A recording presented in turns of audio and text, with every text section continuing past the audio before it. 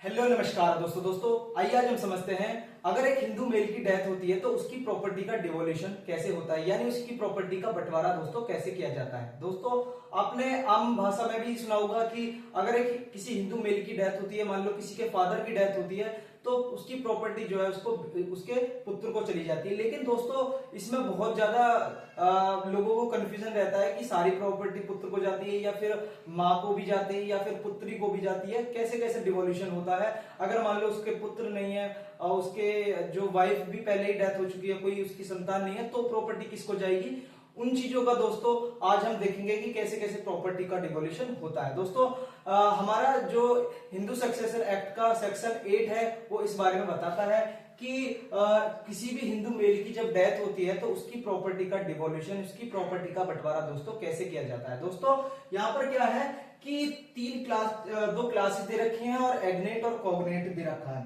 दोस्तों क्लासेस में क्या है, यहाँ पे दे रखा है लास्ट में, अगर आप हिंदू सक्सेशन एक्ट का बेयर एक्ट देखोगे तो उसके पीछे शेड्यूल दे रखे हैं, उनमें दे रखा है कि क्लास वन में कौन कौन आएगा, क्लास 2 में कौन कौन आएगा, और आपका क्या है सेक्शन 3A में दे रखा है कि एग्नेट कौन होता है और सेक्शन 3C में दे रखा है कि दोस्तों कॉग्नेट कौन होता है। दोस्तों सबसे पहले अगर किसी भी हिंदू मेल की डेथ होती है तो जो प्रॉपर्टी जो जाती है वो क्लास 1 के आईआरसी, यानी क्लास 1 में जो जो लोग हैं उनको जो है प्रॉपर्टी दोस्तों जाती है। और वो क्लास 1 में कौन कौन आते हैं दोस्तों, सबसे पहले आता है पुत्र, जो उसका बेटा है, जो मान लो किसी मेल की डेथ हुई तो उसका जो बेटा है सबसे पहले उसको प्रॉपर्टी जाएगी।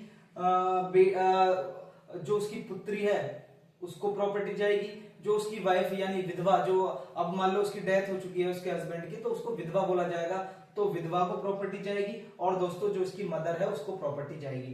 तो सबसे क्लास 1 के आयर्स में जो प्रॉपर्टी जाती है वो पुत्र, पुत्री, विधवा, माता, ऐसे करके दोस्तों क्या है 16 वहां पे वो दे रखे हैं कि जो मान लो सन ऑफ प्री डिसीज सन, ऐसे कर करके 16 कैटेगरी दे रखी है जो प्रॉपर्टी दोस्तों जाती है। सबसे पहले जाती है पुत्र को, पुत्री को, विधवा को, माता को, इनको क्या है इक्वली पोर्शन में दोस्तों क्या है प्रॉपर्टी जाती है। मान लो किसी के, आपने देखा होगा सुना होगा कि किसी के फादर की डेथ हुई तो उसको क्या है जो प्रॉपर्टी गई उसकी उसकी जो बच्चा है उसको, बच्चे को चली गई, उस बच्ची को चली गई, उसकी जो वाइफ बची उसको चली गई। अगर उस मेल की मदर भी है तो उसको प्रॉपर्टी जाती है।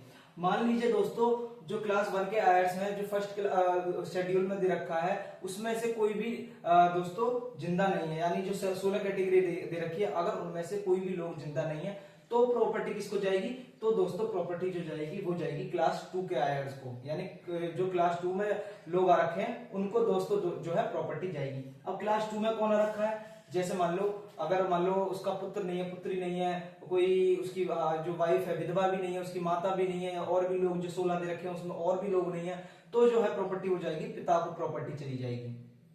पिता को प्रॉपर्टी जाएगी। अगर पिता नहीं है तो क्या है, और जो 9 कैटेगरी दे रखी है उसमें दोस्तों अगर आप बेरेक्ट उठा के देखोगे, शेड्यूल दे रखोगे तो उसमें क्या है बाकी जो जैसे जो पिता के भाई हैं उनको प्रॉपर्टी जाएगी, या फिर पिता के भाई का बेटा है उसको प्रॉपर्टी चली जाएगी। ऐसे करके दोस्तों 9 कैटेगरी दे रखी है। अगर क्लास 1 का आयर्स कोई जिंदा नहीं है तो क्लास 2 के आयर्स को जाएगी। अगर क्लास 2 का आयर्स भी मान लीजिए जिंदा नहीं है तो किसको प्रॉपर्टी जाएगी, तो दोस्तों जाएगी यहाँ पर एग्नेट। एग्नेट क्या होता है, गोत्रेज।